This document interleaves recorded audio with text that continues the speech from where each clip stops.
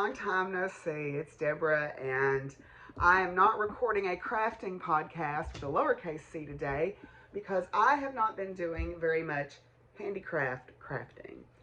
But I do have a big announcement to make. I finished writing my book. And I've also been sick this last week. But the first draft of my book about weather, science, lore, and magic has been submitted to my acquisitions editor at Llewellyn Publishing.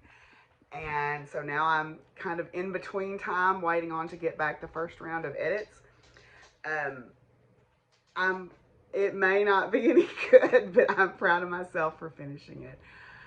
So that has been what's been consuming my life for about the last 6 weeks, is just trying to finish that all up, and to keep my job going, and to help my boyfriend, I guess that's the name we're using now, promote an event that's coming up here in Arkansas that I want to help support. So I have not been doing a lot of handcrafting because all my free time has been sitting in front of a computer working on my book. But it is submitted.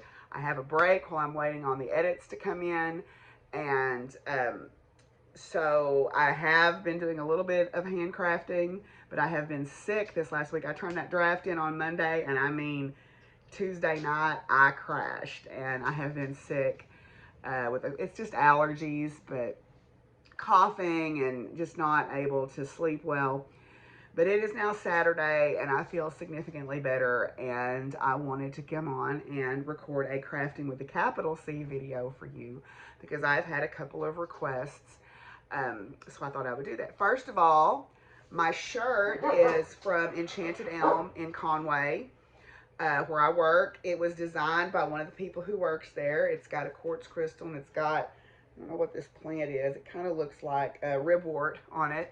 But I wanted to buy a shirt to support them. And then my earrings I picked up at the Arkansas Gifted and Talented Educators Conference. There was a booth there, and these young women in a Gifted and Talented program at Malvern are raising funds to try to help build a dormitory.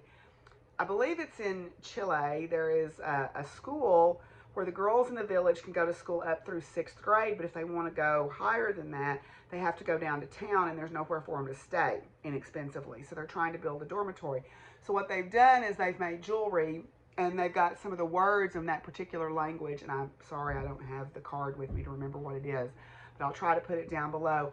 This word means fearless, and I am trying to take a fearless approach to my life these days, and so here I am. What I wanted to do today is talk to you a little bit about my tarot deck that Jessica actually asked to see a flip through of my most used tarot deck.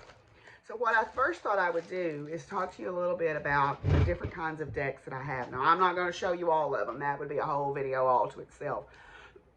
And I am nowhere near prepared to do that right now.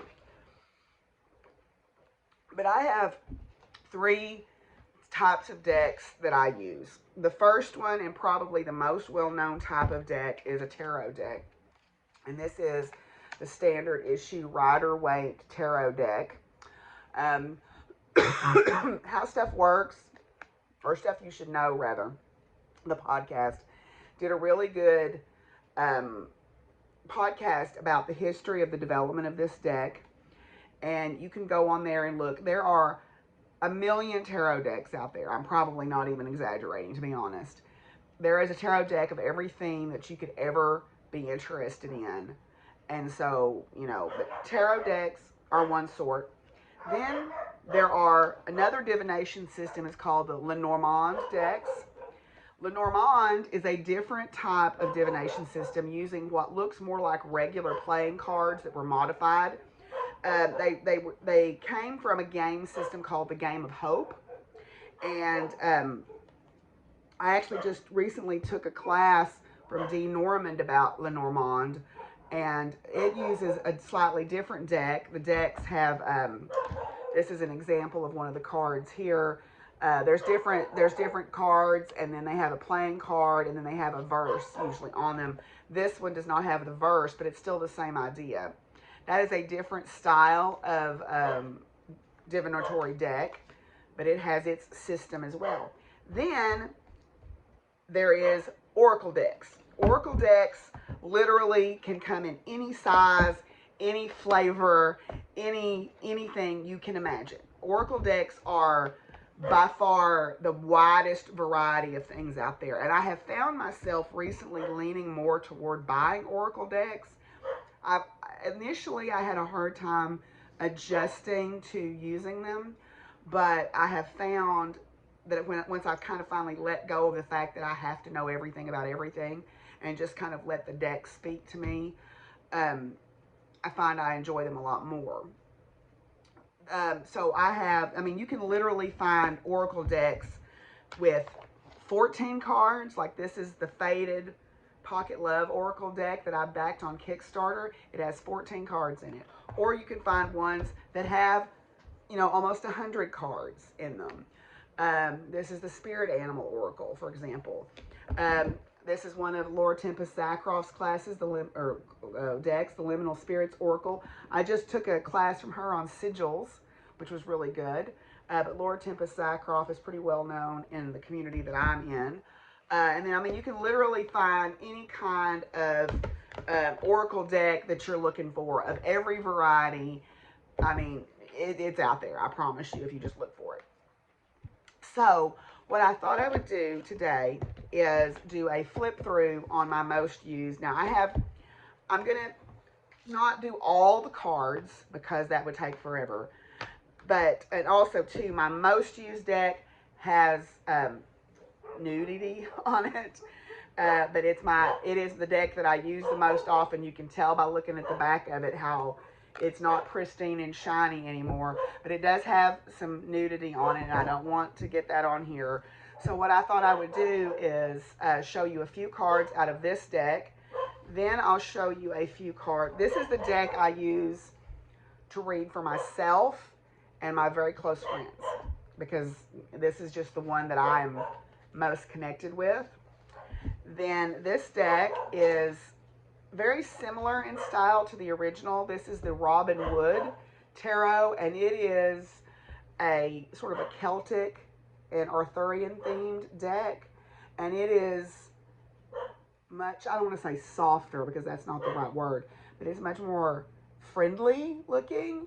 So I use this when I read for the public, like if I'm doing reading for a fundraiser, or if I'm asked to read at a party or something, I will read with this because it's a little more easily digestible for the average person. That sounds strange, doesn't it? And then recently, this is a deck that I have come to become quite fond of, and that's the Guardians of the Night deck. And this one, the imagery on it is so rich too. I have started reading a little bit more with this one, like I did my year ahead reading with this one, and the last two or three times that I have needed to read for something, I have reached for this one.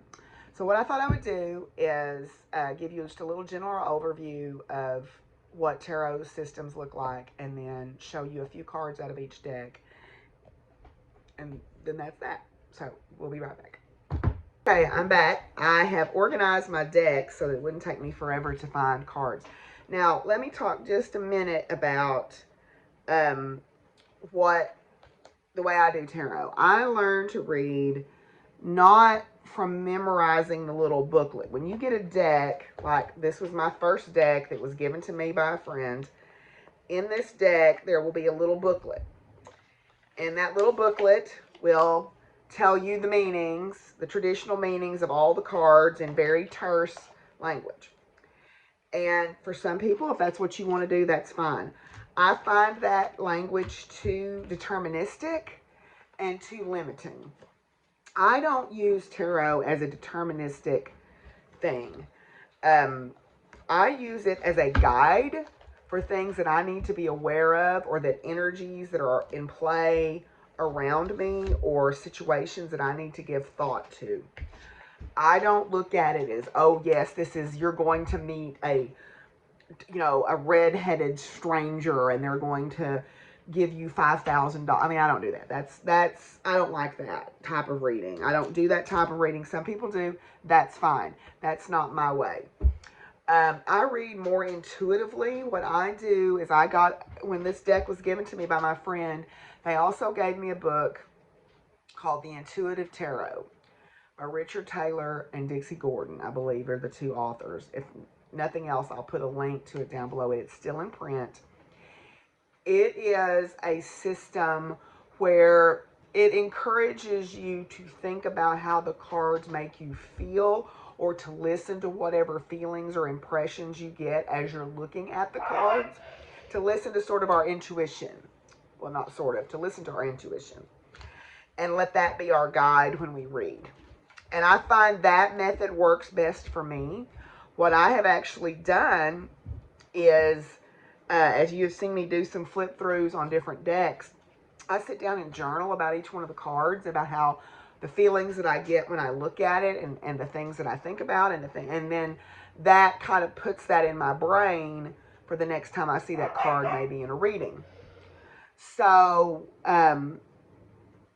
yeah, so that's how I read. Now, the way tarot works is there are 4 suits, like in a regular deck of cards, and then there are what are called the major arcana cards.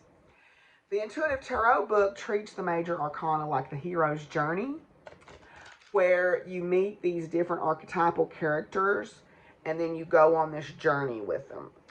So that's one way of interpreting the major arcana. I generally interpret the character cards in the major arcana, which is like the Fool or the High Priestess or the Hierophant, or, you know, those kind of people, as characters or as people, influences, or maybe aspects of that person's personality. So then the deck, there's suit cards rather. There's 4 suits. There's Wands, Cups, Swords, and then Pentacles. Now, some decks don't use pentacles, they use discs. Different decks may have slightly different interpretations of these symbols, but the basic gist is the same. There's number cards 1 through 10, so there's an ace through 10, and then 4 court cards. So the pentacle suit or the disc suit, generally, I interpret it as having to do with physical world stuff. So day-to-day life, financial issues, you know, workaday world, you know, money, or earthiness, things to do with earth. I get a lot of discs or pentacles a lot of times because I'm a farm person. But I generally see this as sort of our physical world self. Okay. The next suit up is the swords. Swords are associated with air. So discs are earth, swords are air. This is the intellect. So this is your intellectual self, your mind, your logic, your reasoning, your vocabulary. People that work in very academic jobs oftentimes gets a lot of swords, or lawyers, or people that work with a lot of numbers can often get a lot of sword energy around them. But it's the intellect. Now, swords to me are a little harsher. They're one of the harsher suits. But, so you have to learn how to soften that sharp edge, right? Then so this is our intellectual self, all right? Then the cups are our emotional being, all right? So love and romance and emotional ties to people, emotional, if you're struggling with your mental health, you may get a lot of swords and cups, or you may get a lot of cups if it's more of a mood situation. But cups are the emotional being. And then the highest suit to me is the wands, which are the spiritual self, spiritual creativity, fire. So cups are water. I forgot to mention that, but it's pretty obvious. And then wands are fire. So passion, creativity, things like that are generally found with wands around them. Okay. Then within the court cards, you have, most decks will have a page. Some decks call it the princess. It just depends on your deck. There'll be a page of the deck, or a page of the suit, a knight of the suit, then the queen of the suit, and the king. I've seen the knights be called the prince and the king be called the knight, so it can be a little bit confusing, but your particular deck will have its own way of organizing these things. So, and then the major arcana cards, there's 22 of those. Is that right? 22? Yeah. 22. It starts with 0 with the Fool, and it goes through the world or the universe. I've seen it called the universe too. But at any rate, so these are like I said, I read these sometimes as big changes, big forces, big energies, big personalities. You know, if I pull a lot of major arcana cards for somebody, that usually means there's a lot of big energy around them right now. But anyway, what I thought I would do is show you the same card in these 3 different suits so you can kind of get a taste for them. Now, Cammie, I don't need you up here. Okay, so we'll start with the Fool. The Fool card here, let me find it. Okay, the Fool card, so this is the Robin Wood deck, this is the Roaring deck, and this is the Guardians of the Night deck. Okay, so, I mean, you can kind of see there's a theme here of someone who's living in a carefree existence, right? Maybe foolishly so, but that's the Fool card. So, now, you can go as deep as you want on the meanings of these. The imagery here is rich with animal imagery and colors and things like that.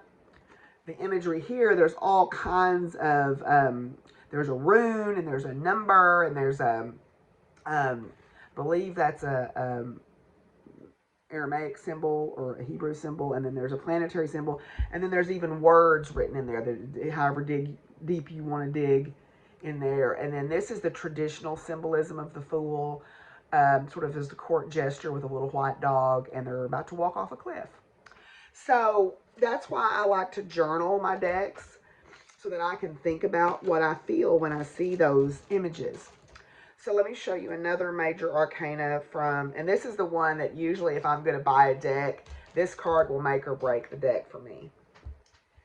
This is the card that I look at usually first in a deck, and if it resonates with me, excuse me, that means I'm probably going to buy it, and that's the High Priestess card. Okay, the High Priestess card is sort of a spiritual leader, a female spiritual leader, or someone with feminine energy, strong feminine spiritual energy. But yeah, I mean, all 3 of those cards really speak to me. So that's the one that I look at if I'm wanting to, if I'm looking at a new deck and if I want to buy it. This Guardians of the Night deck I backed on a Kickstarter also, and I saw that High Priestess card and went, yeah, I'm backing that Kickstarter. Let me show you just a couple more out of the major arcana. We'll do this one. So again, there is no, to me, I don't like to do prescriptive readings, and I don't like to do prescriptive meanings. I can pull the same card for 3 different people, and it can mean 3 different things. Because I let sort of my intuition guide me when I'm reading for someone. Okay, so the Hanged Man is the next one I'll show you. So the Hanged Man is about waiting or patience or suspension of things. So you see him there, a little possum. Okay. So yeah, the Hanged Man, he's got clothes on, so I'm making sure. Okay. Again, you can see the imagery on this one is a little less threatening than the imagery on that one, you know. And then this deck, I'll probably never read for anybody but myself or very, very close friends, because the energy of it is very personal to me. So this is the one I use to read for people that I don't know. So, okay. Let me show you one more major arcana, and then we'll move on to the court card, or the suit cards. Let's do the Sun. The Sun is a good card. And I love the Sun card in these decks. So, all right. So, again, my advice to you is to just buy a deck that speaks to you. This was a gift, and I started out learning on this, but I pretty quickly moved on because the images on it don't speak to me. It's sort of the standard, industry standard, if you want to call it that, but it doesn't speak to me. So I found one that did. My second deck was that Robin Wood deck, and that imagery spoke to me. So that's what I use now to read, or that's what I moved on to read with. Okay, so the Sun is the last major arcana I'll show you. So, there we go.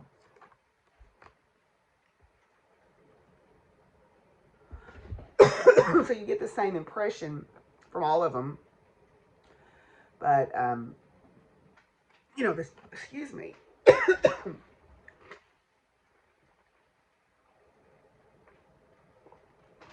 Oh goodness, these allergies. You get the same impression from all of them, but the energy is slightly different in each one. This one is clearly very positive. This one is like, you know, I love this card. This is one of my favorite cards in this deck. So, anyway, let's just look at a couple of the different suit cards if you would want.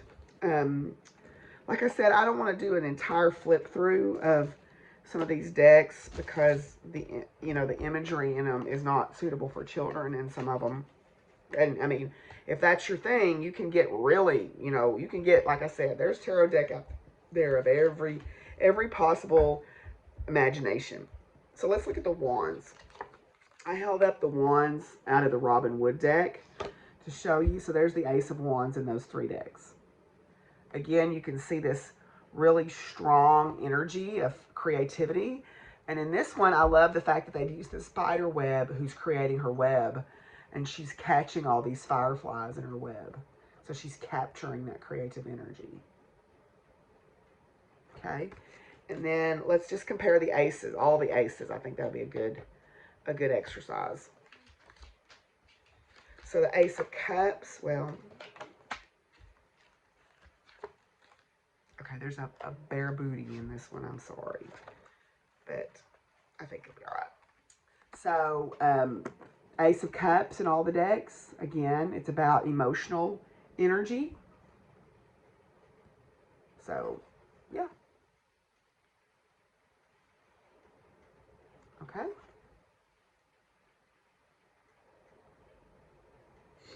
All right. So, let's go on to the next one. Let's look at the Ace of Swords. And these are all very similar too. Got that new thought, new energy there. And we'll do the Ace of Cups, or the Ace of Pentacles, excuse me. In the Rorik deck, it's the Ace of Discs. So I use disc imagery instead of pentacles. So you can see there. Okay. All right, so I think the other thing that I would like to show you maybe is one of the court cards in the decks. And then if you guys see a particular deck you would like to see an entire flip through of, let me know, and I'll do just a video of all the cards in that deck, where, like, if you want to see it in case you wanted to buy it or something. So let's do the Queens. You might just pick different court cards so you can get a taste of them all. Okay, so here is the Queen of Wands, fiery woman energy. So similar in theme. You can tell there's about fire and about strong feminine presence as female lion. Okay. All right, let's see what else we can do here. Let's maybe pick. Got them all laid out here so I can pull them out easily, but it's still taking a bit of time, sorry. Because then there's the Queen of Cups. I love the orca imagery. So a lot of water energy there, a lot of emotional energy caught up in those images. Yeah, see, that's okay. Okay.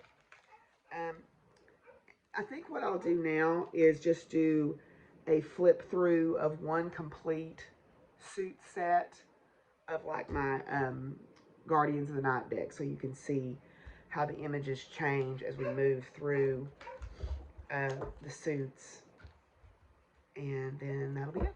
Okay, so let me turn this off and we'll come back and do that. Okay, so I have got this This is the Pentacles suit from the Guardians of the Night deck.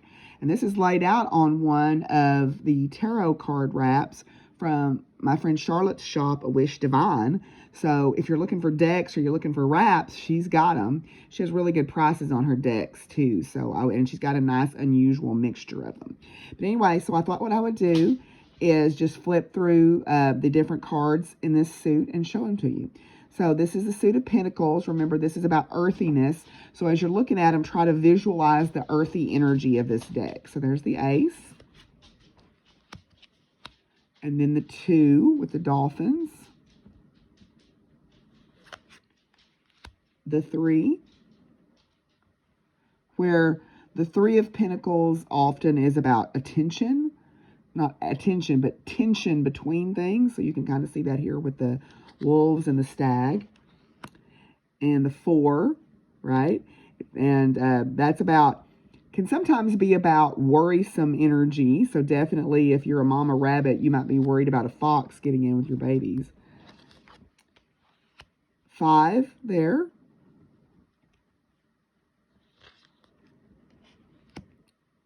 6 Pentacles. 6 sometimes is about giving, the giving nature of someone. So you got the bird on the water buffalo and that symbiotic relationship where the bird rides around on the buffalo's back and eats the ticks. The 7, and that's about perfecting your craft.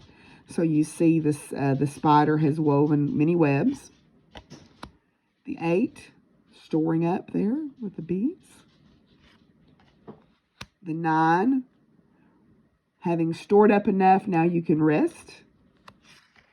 And then the 10, enjoying the bounty of your life.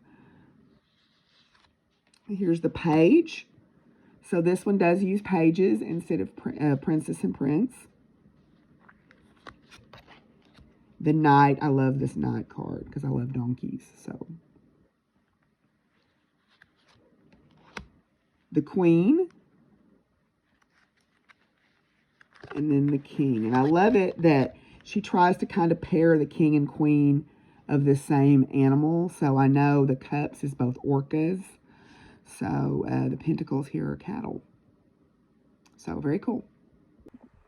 Okay, so like I said, it's a little bit different content because I haven't done any handicrafting in the last month because I've been working on my book draft. But I hope you enjoyed getting to see a little bit of my tarot cards. I thought I would periodically do a flip through of those or comparison maybe.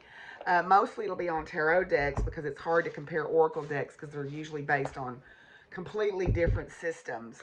But I will show you a couple of decks that I have recently gotten. I think I already showed you my Lenormand decks. Lenormand, these are from, I bought these from a Wish Divine, also on Etsy.